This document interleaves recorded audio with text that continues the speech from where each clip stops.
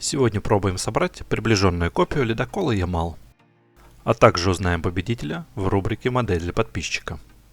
Всем привет! Если вы еще не подписаны, то обязательно подпишитесь. Для меня это очень важно, а также это важно для развития канала.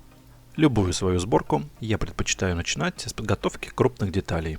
Начиная с нижней части корпуса, зачищаем облоем и соединяем две половинки вместе. Затем обрабатываем шов. Так как стык двух половин у нас не очень идеален, то будем применять шпаклевку.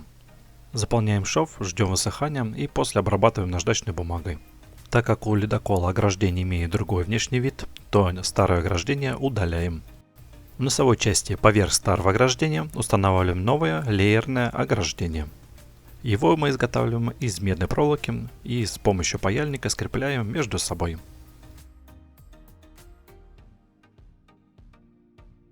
Ледокол я разделю на две части.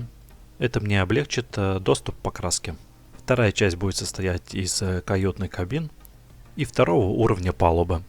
При сборке верхней части, а скорее всего это рубка, мы столкнемся с еще одним отличием от ледокола Арктика. Нам нужно доделать надстройку в длину по корпусу.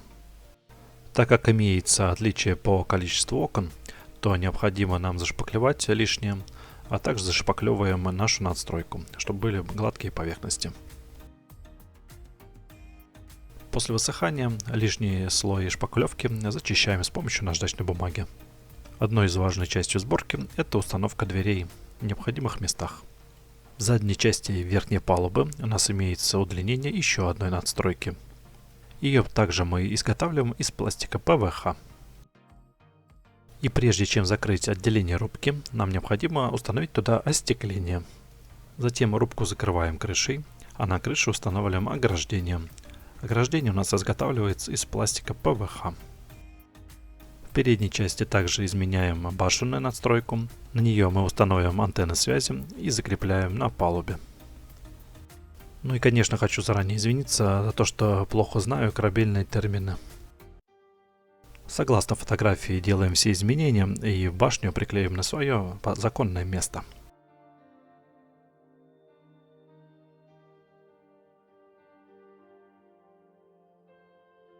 Пока башня у нас приклеивается, займемся верхним ограждением на этой маленькой части палубы. А может быть это просто крыша надстройки. А если вы владеете терминологией, то можете спокойно написать в комментариях и поправить все мои огрехи. И если вдруг я соберусь снова собирать корабль, то уже буду вооружен всеми разными терминами. А пока что у нас вот такой результат. В корпусе проделываем отверстие для установки дополнительной части окон. Украшаем ледокол установкой прожектора, как вишенкой на торте. Также не забываем полностью переделывать мачту, которая находится в средней части ледокола. На третьем ярусе палубы хвостовой части имеется металлоконструкция. Следующим этапом у меня идет установка кранов. В средней части просто собираем и склеиваем, а вот в задней части кран полностью переделываем. Каркас башни я поделил пополам и в дальнейшем использовал только нижнюю часть. К нижней части также прикрепил оконный проем и дверь. В верхней части крана устанавливаем каркас для намотки троса. Для надежности конструкции устанавливаем усилительную балку. Не забываем про крышу. И имитацию троса будет у нас выполнять проволока.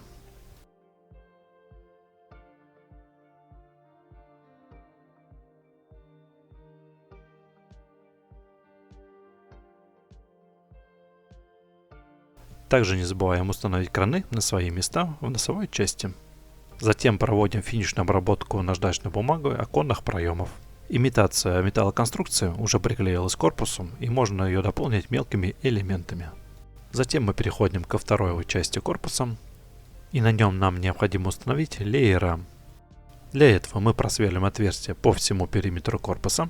Затем в каждое отверстие вставляем медную проволоку необходимой нам длины и уже поверх кончиков проволоки припаиваем перекладину по всему периметру. Итак, шаг за шагом получаем имитацию леера. Еще одно отличие: на корпусе после значка атома имеется закругление. Также с помощью пластика восполняем этот недостаток. А уже отталкиваясь от этого закругления, можно собирать леер на нижней палубе. Принцип тот же самый: паяльник и медная проволока.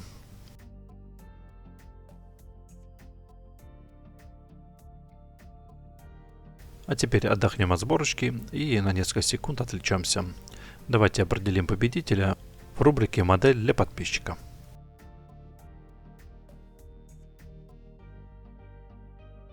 И победителем у нас становится Вадим Григорьев.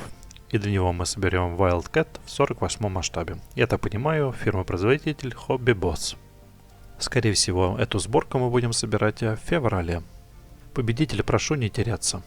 Вот так незаметно и мы подкрались к покрасочным работам. Любые покрасочные работы рекомендую начинать за грунтовки. Следующим шагом выкрашиваю с помощью аэрографа зеленым цветом палубу. Затем берем черный цвет и надводную часть бортов по всему периметру окрашиваем в черный цвет. Надстройки на первом ярусе прохожу с помощью кисти.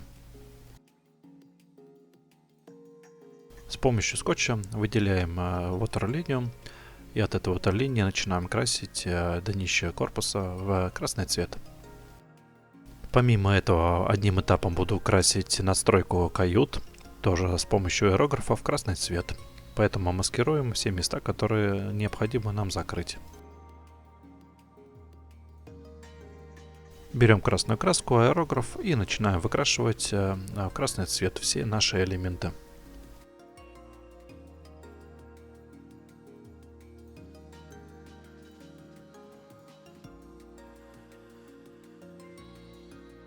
Внутренние части других ярусов тоже аккуратно прохожу с помощью аэрографа. Остальные элементы, которые требуют красный цвет, крашу с помощью кисти. Сначала с помощью скотча делаем маску, чтобы изготовить пасть. Окрашиваем ее в белый цвет. А затем уже более мелкого скотча нарезаем зубья, наклеиваем и уже красим красным цветом. И получаем такую акулью пасть. Согласно фотографии, на переднюю часть корпуса наносим боевые ранения. С помощью ватной палочки и воды размываем краску. Там, где краска не поддается, то можно подзатирать металлическим предметом, но не острым. Иначе будет велика вероятность снять грунт. Затем с помощью кисти и желтой краски наносим надпись «Ямал».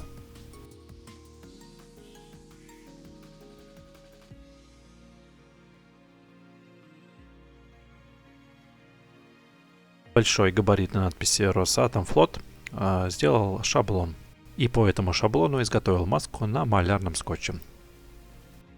Процесс трудоемкий, но он того стоит. Маску наклеиваем на борт ледокола и закрашиваем все белой краской.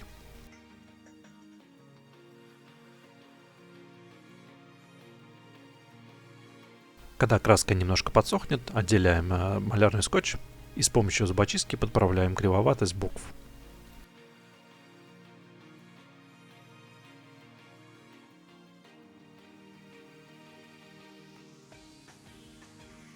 Там, где у нас краска отошла от корпуса, берем кисточку и подправляем.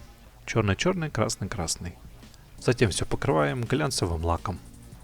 И потихонечку можно переходить к нанесению имитации снега. Жидко разбавленный клей ПВА наносим кистью на корпус и сверху посыпаем имитацию снега.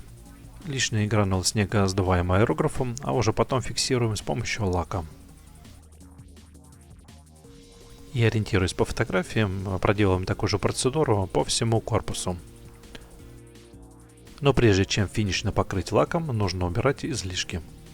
Верхнюю часть корпуса можно уже намертво приклеивать к нижней части и уже сверху наносить имитацию снега. Конечно же, стопроцентной копийности мы не достигли, но тем не менее результатом я доволен. Надеюсь, что и вам понравилось. Пишите в комментариях, как вам такая конверсия. Или предлагайте свои идеи, что можно будет воплотить в дальнейшем в жизнь. Ставьте лайки, проверяйте подписку. Всем пока!